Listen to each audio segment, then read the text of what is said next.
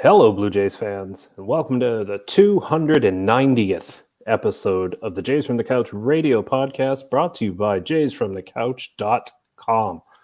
Thanks for tuning in for yet another week, another episode, whether you're tuning in on our live YouTube, Facebook, or Twitter stream, or you're listening after the fact on Apple or Google or Stitcher, anywhere you find podcasts. We really appreciate it. We're everywhere, and you find us every week, week after week, so thank you. I'm your host, as always, Shaun Doyle. You can follow me on Twitter at Doyle JFtC. And I'm joined this week for an exciting episode. We're going to talk baseball being back. We've got some rumors, some fresh, bubbling, boiling, hot stove rumors to throw at you, some 2022 projections, and of course, our fake news. So to help me do all of that, because I'm so overwhelmed, I've got the feckless wonder himself, Steve Feck, joining me. Good evening, sir. Good evening, Shaun. Who knew? Who thunk it? Listen, we'd be here this episode, yeah. So yeah, we thought baseball would be, I don't know, at least a month away, maybe. You know, because the owners were doing their thing, players were doing their thing, and everybody was like, "We just want baseball. Come back to us." You know, Karen has the night off this week. She's gone down to Florida. Unfortunately, the lockout messed with her Floridian plans, but she's down there enjoying the sun. So it'll just be you and I, bud. First, before we even get started, just in general, how happy are you that the lockout is over? Oh, I'm over the moon. This is just terrific. You know, because that's what we live for, really. You know, I mean, baseball fans, okay, you can argue maybe it's a shrinking fan base. And maybe for older people like myself, it's more catastrophic than, let's say, someone like you who was a big baseball fan but still feels, you know, okay, I got other things to do. But it's just amazing. I had almost given up. I really had almost given up and figured it was going to get settled, you know, illegally through an arbitration or a mediation. And I'm just glad it's settled. The young players are set, which I think is the story of this CBA. Even with all the other dramatics and crazy stuff, the young players finally getting paid at least close to what they're worth potentially. I think that's the story of this. Yeah, no, and I don't disagree with you. And just to clarify, I mean, I may have other stuff going on being I'm still a father with young kids at home. I would rather be watching, talking about, writing about baseball. All of that other stuff is just getting in the way. Yeah. I love you all if you're watching this. Max, Liam, Shannon, I love you all. But I do love my baseball. So we've got a CBA now. Everybody is really, at the end of the day, everybody's happy. Right, because baseball's back, and you can whine and moan about what you didn't get or what you wanted to get and all of this in the contract negotiation. But at the end of the day, the owners are going to continue to make their money. The players are going to continue to make money. As you said, the younger players will make more of it, as they should. Let's be real. Mm-hmm. So bottom line, we're all happy because baseball will be back. We get to watch it, go to a game, whatever have you, right? That's it here. And I have to be honest, it didn't drag out as long as some people had feared, right? When I heard that the Major League Baseball owners wouldn't have to start issuing refunds for 25 games, I thought, we've got a month of the season we're going to miss. Because it felt very much, I don't know about yourself, but it felt very much to me that owners were willing to go as long as possible. And that means a month of the season. So luckily, we didn't get there. But here we are. And now what's even crazier about this, Steve, is that there's like a very, very short free agent window and off-season hot start. So we saw a couple of days ago that the Blue Jays assigned Kikuchi to be their fifth starter, 3 years, $36 million. Not a bad deal for a fifth starter. Am I wrong? No, it's a terrific deal. And I really think we're seeing, ironically, Robbie Ray version 2, Kikuchi being able to figure things out under Pete Walker and pitching in Toronto. Because Ray, if you look at some of his numbers as far as, whip and walks per 9 innings, that issue got solved within 2 weeks of him actually coming to Toronto and pitching. So I think Kikuchi could far exceed what people are expecting based on what he has produced so far. He has been inconsistent. Yes, he has. But you're throwing 98, 99 miles an hour. If you can harness that, people can't sit and wait on another pitch because that's his main pitch, really, is his 2 types of fastball. So I think across the board, his numbers get better. Yeah, and even if they don't, they only need him to be a 5th starter. 4.5 ERA. That's not difficult. You know what I mean? Like, so Kikuchi is a signing that completes the rotation picture, because behind him, then you've got the Nate Pearsons, the Thomas Hatches, and so on and so on. You've got the depth. And I think, Steve, correct me if you see it differently, but those pieces, the Hatches, the Kays, the Thorntons, and those guys, they get to be what they should be, and that is depth pitching, as opposed to carrying a significant amount of big league starts. Well, agreed. I mean, I guess Kay is designated as a bullpen piece. I guess they've decided that's how he's going to be effective down the road. But yeah, I mean, Hatch, it's tough when you're calling up guys and you're saying, well, we want you to just pitch a couple of innings, but you're not really going to be a starter. Thornton gets bounced around up and down. I think it's been hard for him to feel comfortable. Potentially, you could send these guys now to AAA. Get some innings early in the season. So if you need to bring up because of injury, or if you just need them to then slide into a bullpen role, they'll have had that consistency, and that's very important. Pitchers are creatures of habit. They want to know when they're going to pitch, what the role is going to pitch, and I think that's really been detrimental to a lot of the younger Blue Jay pitchers, because I think from that standpoint, the analytics are saying, well, maybe you're going to pitch this way this time, but in the next series you might pitch another way. And I think just going down and just pitching in Buffalo for a month or two, I think that's going to just make them better options if they need to be called up later in the year. For sure. And now, as we go live here on our streaming platforms and YouTube, Facebook, and Twitter, Steve and I, before the show aired, we've been checking Twitter, hitting that refresh button, because the world is going crazy and nothing has even happened. I mean, the Seattle Mariners just got better by adding Winker and Eugenio Suarez. So good for them. I don't know what they're going to do in the West.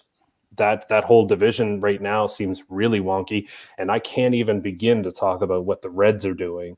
They could have, in theory, Steve, they could have made the postseason this season. They won 83 games last year with a little bit of effort. They could have made the postseason in 2022, but instead they decided to go the exact other way and fire off Sonny Gray and Winker and Suarez. It's they're having a fire sale.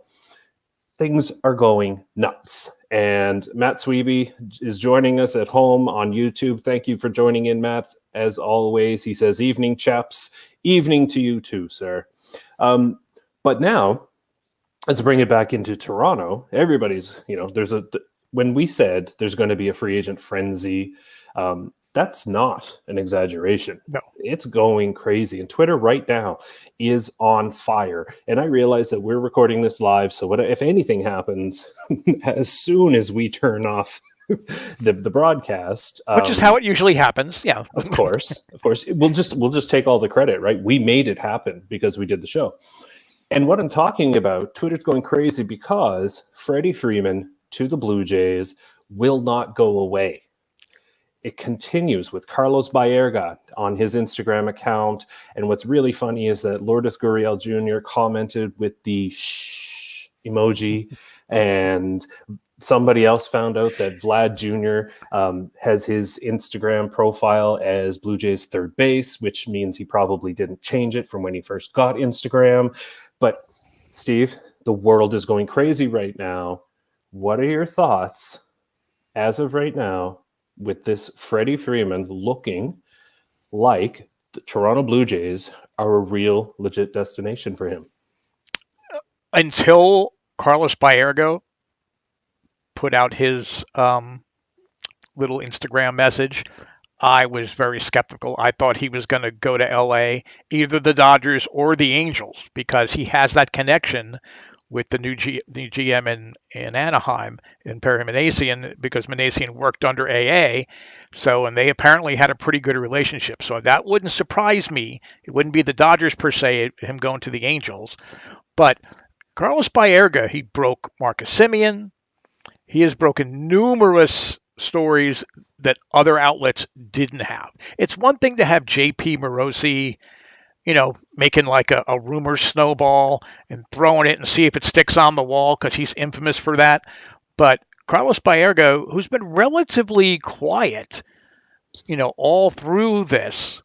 Again, I mean, he's very involved in the winter leagues, and following that. But now suddenly out of the blue, he goes, I think Freddie Freeman could be going, to Toronto. Now suddenly my heart's racing a little bit. Do you put Vlad at third base? Do you put him in the outfield? Do you now make a deal, not necessarily out of need, but just to firm up, whether it be the bullpen or the bench, by moving different pieces around? I think that would open up a world of possibilities. And you don't DH Freddie Freeman. Not yet. But yeah, I mean, he's the best all around first baseman in baseball, and he has been for a long time. And I think the other one thing that I think people can that might play in the Blue Jays' favor is that by the time Freddie, let's say, is getting up there in years and he needs to shift more to a DH role, Vlad Jr. has just been learning from the best first baseman. So there's that. Then there's the right now, where do you put everybody? Vladdy could go over to third again. Maybe the Blue Jays think that having Freddie Freeman in your lineup is worth whatever it costs you, putting Vladdy at third. His arm is certainly capable of playing at third base. He's trimmed down. He's athletic. Who knows? Maybe that's the option. Excuse me. And then our Ryan Mueller said something here, and I'm just going to bring it out.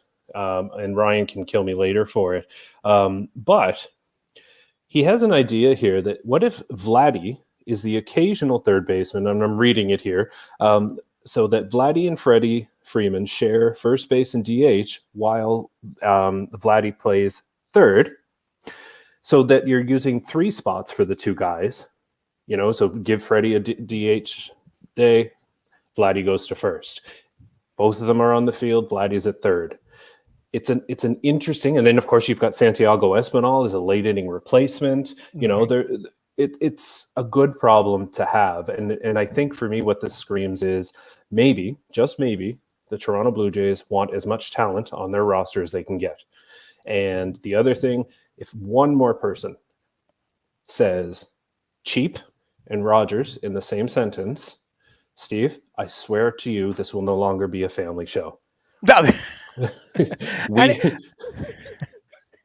We're over that.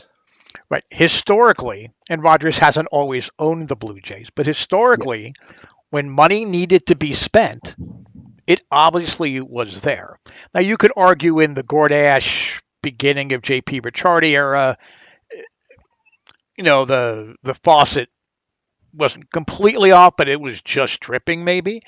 But, I mean, I think that they showed, in 15 and 16, more than 15, that if they needed to add salary, or even 13, when they made that mega deal, that $475,000 player deal with the Marlins, that they're willing to take on contract if it looks as though they're going to contend. And I think everybody, I mean, you would have to literally be locked away in a dungeon to not know the Blue Jays are a contender this year.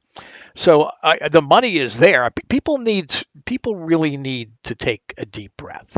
Okay, I understand that there's not been a whole lot of baseball talk to happen so everybody wants it in it all at one time. I mean, and I can't believe I'm saying this, but relax. Ross Atkins this is his spring training too. He wasn't allowed under penalty of being fired, and that was across all Major League Baseball, contact other teams or anything on any formal way. So he's getting his at bats and his reps in, as well, just as the players are. So everybody just relax, Blue Jay fans. I mean, I've been critical of Ross for not acting, but you can't get everything done in 24 or 48 hours. It's not how Atkins ticks or Shapiro. They're very methodical. For better or worse, they're very methodical. But things are going to get done. Just relax. Yeah, and I think that's, obvious now that at anything they do now at this point is just with an eye to winning in the postseason. Like there's no let's just get there and hope for the best, like we heard over the past couple of years. Now it's all or nothing at this point. They're going to win the division, or it's a disappointment. And I know that my buddy Matt Germain is listening somewhere. He's following the Rays, covering the Rays, and he'll have a bone to pick with me over that. But I don't care. This is right now. I don't think that there's a team certainly in the AL East that could beat the Toronto Blue Jays, or who will win the division from them. I mean, that's just how I feel. And you know what? I think a lot of fans feel the same way. I don't think that you're going out on a limb there. I mean, I really think that this is how people feel. They don't get it. I mean, for whatever reason, people think the Yankees are going to be this force in the AL East. They're going to be the Yankees. I mean, they're just, they're going to find a way to lose. They just do. They're very good at it. That needs to be analytic, finding ways to lose weighted plus somehow, because the Yankees would lead the league every year in finding ways to lose when there's no possible way they should be losing. Well, I mean, all they have to do is make a trade, but we'll talk about that in a bit. Matt's watching it on YouTube. Adding another high-price free agent would concern me with the 2023 payroll. That's going to be $200 million plus, and Rogers have never approved that before. That is 100% true. The payroll has never been that high. However, I think what I'm seeing, if I just off the top of my head, because I wasn't even thinking about 2023, I'm so giddy about this season. But you've got a number of guys coming off the payroll. Specifically, I'm thinking of, who am I thinking of? I've lost it now. Steve, help me out here. Randall Grichuk. He'll be gone. He's got 1 year left. I don't think that's right. I think he's got 2. Same with Ryu. Right, because halfway. I think isn't Grichuk done? Oh, well, let's hope. See, I stopped keeping track because everybody has convinced me that Grichuk's getting traded. So right. I'm just, so I'm like, okay, fine, whatever. Yeah, only Stripling comes off. Thank you, Matt. You're on the ball there. I didn't think it was next year that these guys are coming off, but after that, you've got Ryu and Grichuk, and the payroll goes back down again. Of course, who knows what'll happen in arbitration, but I don't think it's that much of a concern. I'm not worried about the payroll, in particular because of the structure that the Blue Jays are starting to use. They're front loading. Kikuchi's even was front loaded. Springer's was front loaded. So I'm not necessarily worried about that. However, if they are somehow turn into a really, really crappy team in 2 years and they still have that payroll, then I'll worry about it. I'm choosing to ignore it.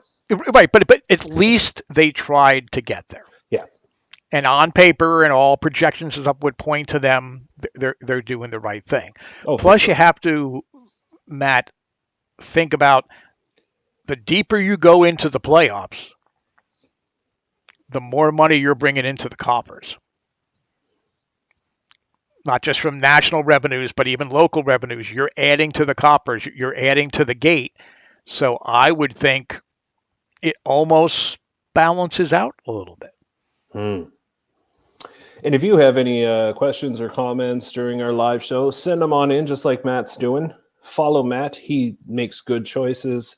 You too can send in your questions and comments here, and we'll read them out and respond to them, because you're probably going to say something much more intelligent than we are. Now, we've got some projections to get into here, and we're running out of time because this free agency stuff has me captivated. This is what I love about baseball. It's I love playing GM. I love, like, if I simulate a game on the PlayStation or whatever, I do the off season and then I simulate the season, go right to the next off season. To me, it's fascinating. However, games need to be played and players need to perform. And so we've got a few projections we'll run through quickly. And we kind of talked about already about Kikuchi, who was on our list. So very quickly, Steve, we'll just look at his numbers. According to Fangraphs, he's projected to pitch around 150 innings, around 9 wins, an ERA of about 4.4, 145 strikeouts, and 1.8 wins above replacement. In your mind, Steve, is that kind of right about where you expect him to be? I think realistically, that's where he should be. I think he might stumble into a couple more wins than just 9. But I want to point to fielding independent pitching, which I always seem to bring up in these discussions. In 2020, his ERA was 5.17, but his FIP was 3.30. And that's a reflection of the defense behind him. The type of pitcher he is, he's going to give up a lot of contact, absolutely. This is a much better defensive team behind him in Toronto than he had even last year in Seattle, when Seattle had such a great year. So my guess is that ERA might be a little high. It would not surprise me if somehow they work the magic and they get his command improved. I can see him have an ERA under 4. Mm-hmm, mm-hmm. And I looked into this. His ground ball rate is around 50%. Mm-hmm. That's incredibly high. So if the Blue Jays are going to, give Vladdy some time at third and Freddie Freeman is in the mix, then Santiago Espinal has to start on Kikuchi days. Or they just need to sign Freddie Freeman and trade for Matt Chapman, who, is a Gold Glove caliber third baseman. The reason I say that is because of Bo at shortstop. We know that he is error prone. We'll just say that. So in my mind, you've got to have to make sure that your infield is solid. Mm-hmm. And for the Toronto Blue Jays right now, with Espinal at third, I have no problem there. When Vladdy moves in, that may be a different story. I shouldn't say when, if. But Kikuchi, I agree with you, Steve. If he can get the defense behind him, the numbers that I just read out, those are fine for a fifth starter, but he may even be able to eke past just a little bit. Fingers crossed. We'll see. Because we've kind of already mentioned him before, let's move on to Kevin Gaussman. So, the big addition to the starting rotation, Robbie Ray left, Kevin Gaussman, come on in. Big money for a starter who, if you were paying attention a few years ago when he was in Baltimore, you would be severely disappointed to hear the number of his deal. However, right now, looking at Fangraphs, he's projected for, first of all, around 180 innings. That is not nothing to sneeze at. I want to talk about that. But then around 12, 13 wins, an ERA of 3.75, around 200 strikeouts for 3.2 or so wins above replacement. Where are you on those numbers, Steve? Is that probably what we can expect? And I guess kind of the sub question there is, was it worth bringing him in for that? Well, you had to bring a pitcher of his caliber in. I mean, when you lost Ray, you had to bring him in. I mean, they knew that they were not going to bring Ray back. They knew they had to bring that kind of a caliber. And he, to his credit, he has worked hard. I don't want to compare it to what Roy Halladay went through, where he really struggled early and then somehow figured it out, went back, worked really hard, and then became, a dominant starter. I mean, Gaussman has earned this contract. It's easy for us to think about the Baltimore days. It's like me as a Blue Jays fan, I will never get over 1987 where they blew that lead. They had a 3.5 game lead with 7 to go and they lost. They finished 2 games behind Detroit. I'll never get over that. So that trauma is always there. But I think when you're watching, it's almost like watching the Zapruder film when you watch Kevin Gaussman pitching video from when he was in Baltimore. That headshot's coming, and it just, oh my God. But he's not that guy anymore. So I think those numbers are on. I think the innings could even be higher, depending on what the pitching strategy is going to be. But if you're getting 200 strikeouts over 180 innings, you've got to be happy. Yeah, and I think that's the thing is I think for me he matches what the front office is looking for, a pitcher to stay healthy and collect strikeouts. Over the past few years, I think we've seen their kind of shift to guys who strike out more batters. We saw it with Robbie Ray, and it certainly worked out well in that case. So Kevin Gaussman, I think now, where do you slot him in, Steve, with the in the rotation as far as 1, 2, 3, 4, and 5? Because we said Kikuchi is just fine for a number 5, has potential to be more. But if you're looking at the other 4 spots, 1, 2, 3, 4, you've got Barrios, Gaussman, Manoah, Ryu, and then Kikuchi. So I guess where does Gaussman fit in? Is he the number 2? Is he the number 1? I think he's the number 2. I mean, and that's not a knock on him. Barrios is just that good. And then you can slide in either Ryu or Kikuchi actually in 3 because different kind of pitcher. Ideally, I would put Ryu 3 because he does not throw as hard as Kikuchi does. So now you've got really 3 different types of pitchers, even though Gaussman and Barrios could be high strikeout guys. They're different kind of pitchers. Then Ryu also can throw you off. So I think that's a good deal. Then you come back with Manoah, who's got dominant stuff, and you let Kikuchi find his way in the 5th slot. Mm-hmm. Yep, I don't disagree with that order. The only thing I wonder about is the righty-lefty and whether or not they want to limit the number of innings that Ryu has, particularly early on in the season. And I think this was actually your idea when, moving Ryu toward the back of that rotation, just to kind of allow him to still start regularly, but, keep his inning count down a little bit. Yeah, but I think having Kikuchi being acquired, and again, I'm thrilled that Kikuchi was picked up. I did think that was going to be a possibility, honestly. I think that almost forces Ryu into that 3 hole, but then they're going to use Nate Pearson as a hybrid, where he's not going to be, he's a reliever, but he's not really a closer, or he's not really a starter. I mean, Atkins had that hybrid idea. By nature, Ryu and Kikuchi could then be given extra days off if you're having Pearson open, but go 4 innings or 5 innings into one of those performances. So I think you're going to see a 6-man rotation at times.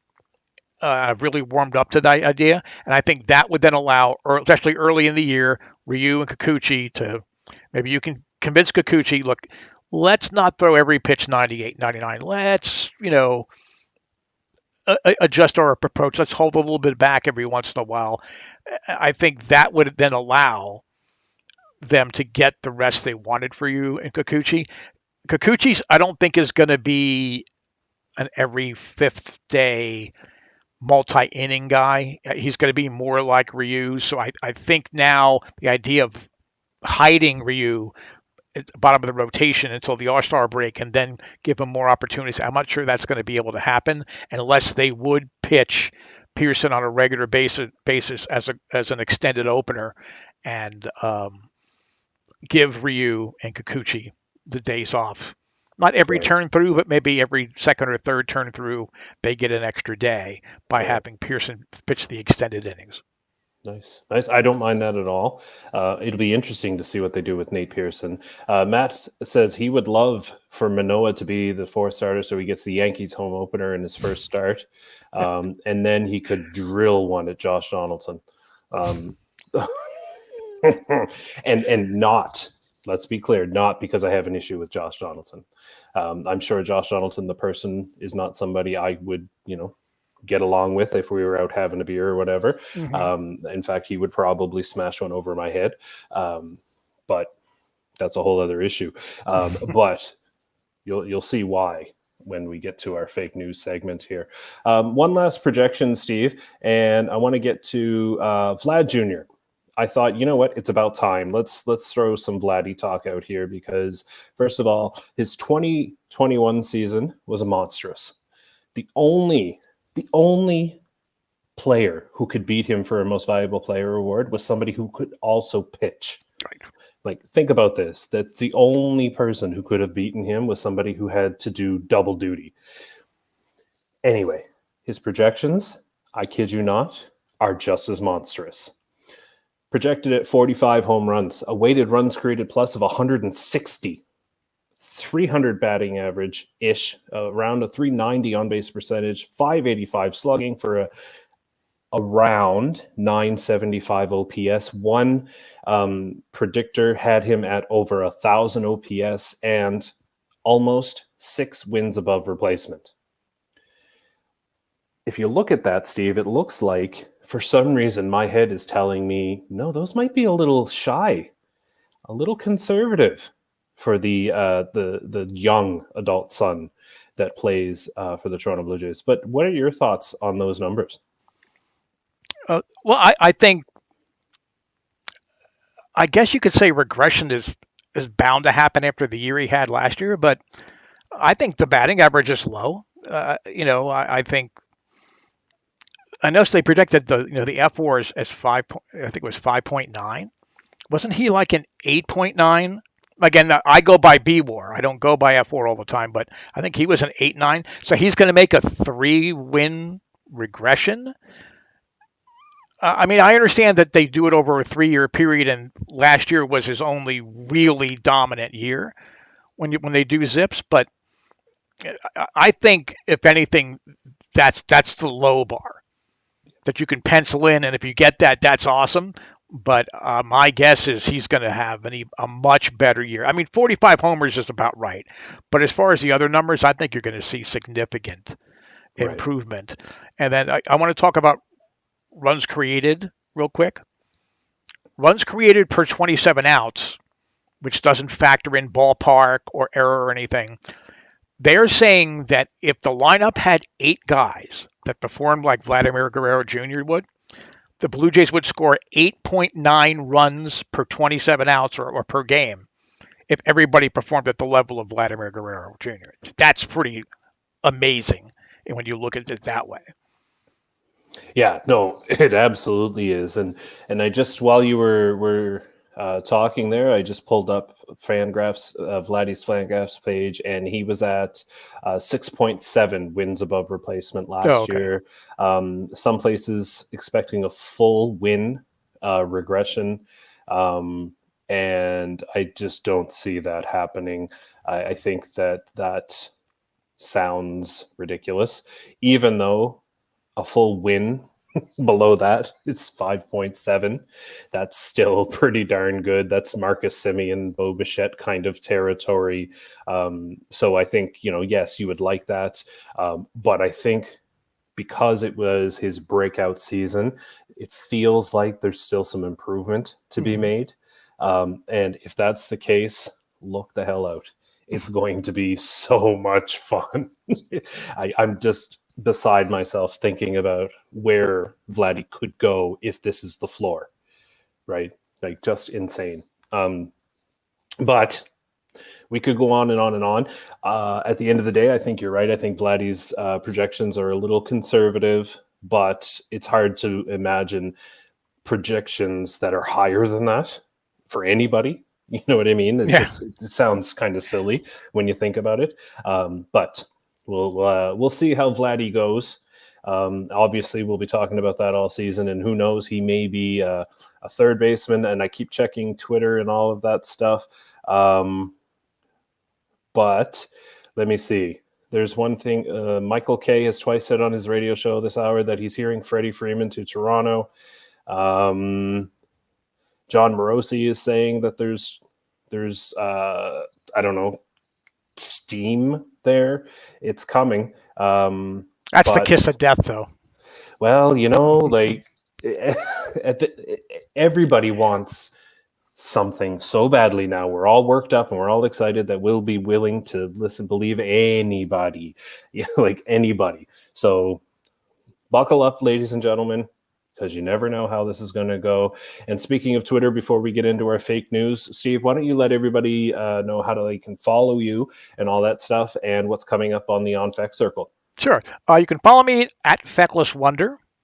You might want to write that down because we're going to announce something in a little bit too, where you might want to send me a private message on Twitter about, but we'll get into that in a bit as well. On Feck Circle, going to introduce a new segment. It's going to be Blue Jays Bedtime Stories, where we're going to take one odd aspect of Blue Jays history and kind of explore it and talk about it a little bit. But I'm sure I do want to reference your terrific article today on JFtC about Charlie Montoyo now having a different role. And I want to talk to Blue Jay fans too about just relaxing a little bit and not get too far ahead of themselves. You know, opening day is not till April 7th or 8th or 9th or whatever it is. There's time. So that's basically the show tomorrow. It is physically impossible to relax right now. Physically impossible. I'm still going back and forth, checking the old Twitter machine, just hoping for something that pops up while we're on air. But alas, since we're moving into our fake news segment, maybe it might not. I better stop checking because I may say it and then people won't believe it because of the fake news.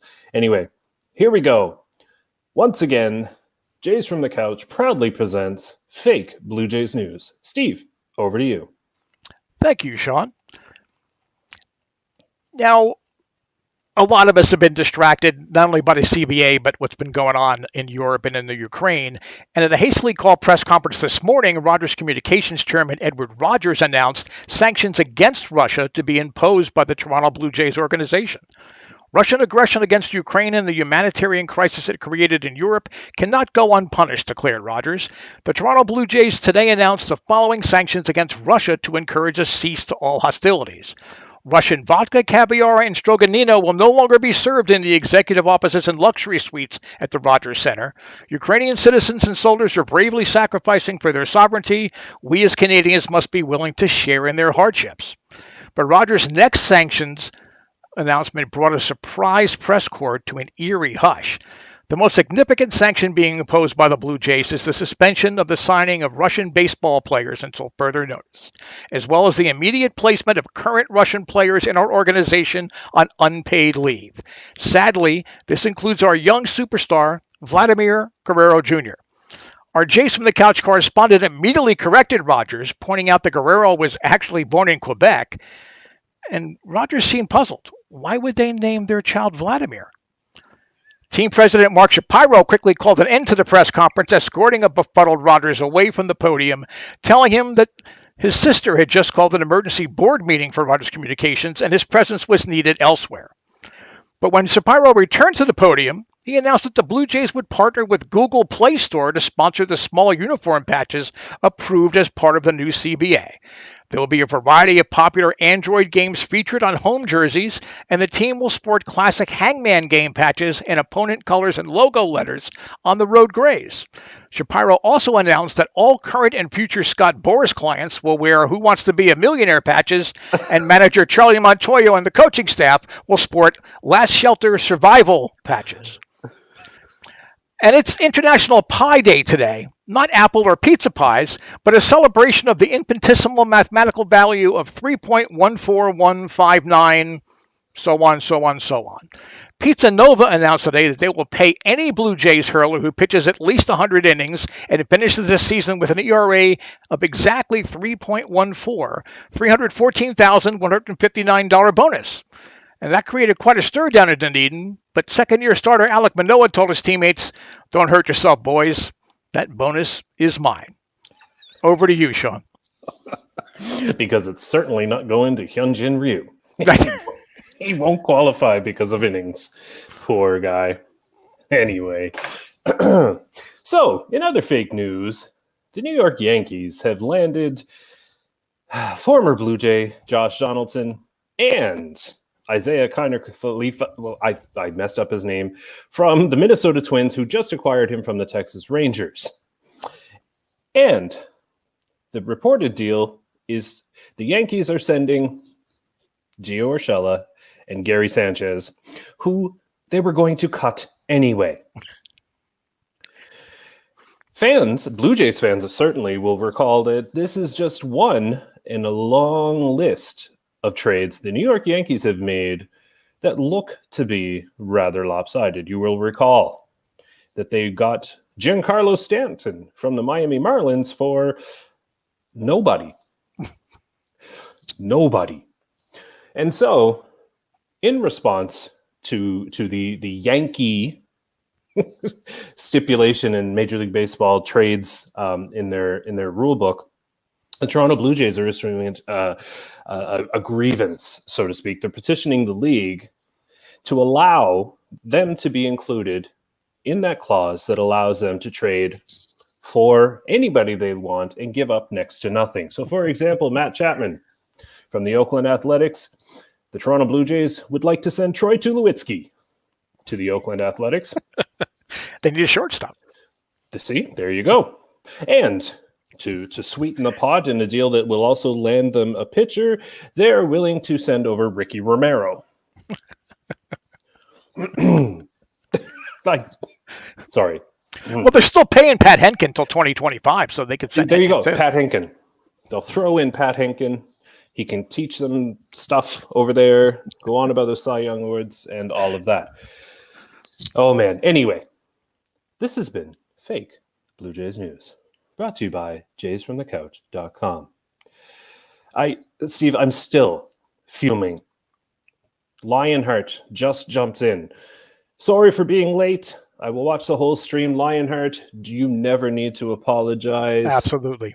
Unless, of course, you approved the trade to the New York Yankees that sent them Josh Donaldson and allowed them to just get rid of Gary Sanchez and still get something of value in return.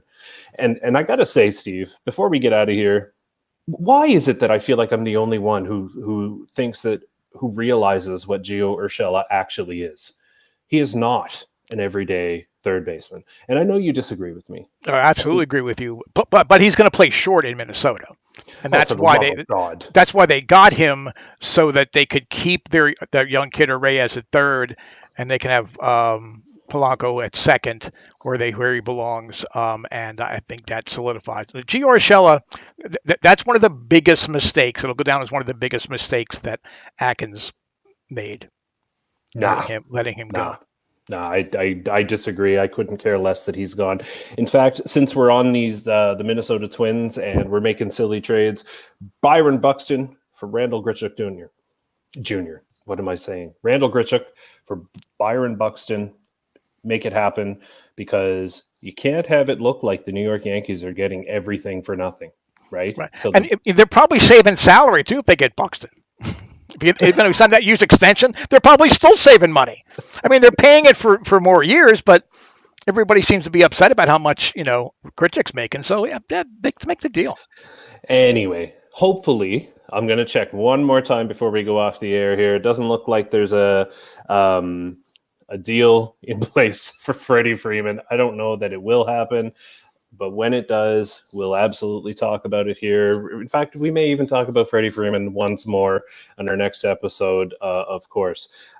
So for everybody watching at home, thank you so much. We really appreciate it. If you're listening to the audio version, thank you so much for downloading and subscribing and all of that fun stuff. I want to say thank you to Steve for once again taking his time to join me here on the podcast as you do every week. Thank you, sir. You're very welcome. And hey, look for JFtC.com, and also, I guess I'm going to make the big announcement tomorrow on my show because we're running out of time. There's going to be a Jays from the Couch Fantasy Baseball League, and we'll talk about how you can be a part of it. There'll be a great prize package of merch from JFtC. There'll be monies donated in your name to our efforts to raise money for ALS Canada. So I'll talk about that at the beginning of the On-Fec Circle. People might actually tune in now. It'll be something worthwhile turning into. So we'll do that. But it's going to be a lot of fun, and we hope as many of you as practically can join this league. Absolutely. It should be a lot of fun. I'm even getting my son involved, his first fantasy baseball league.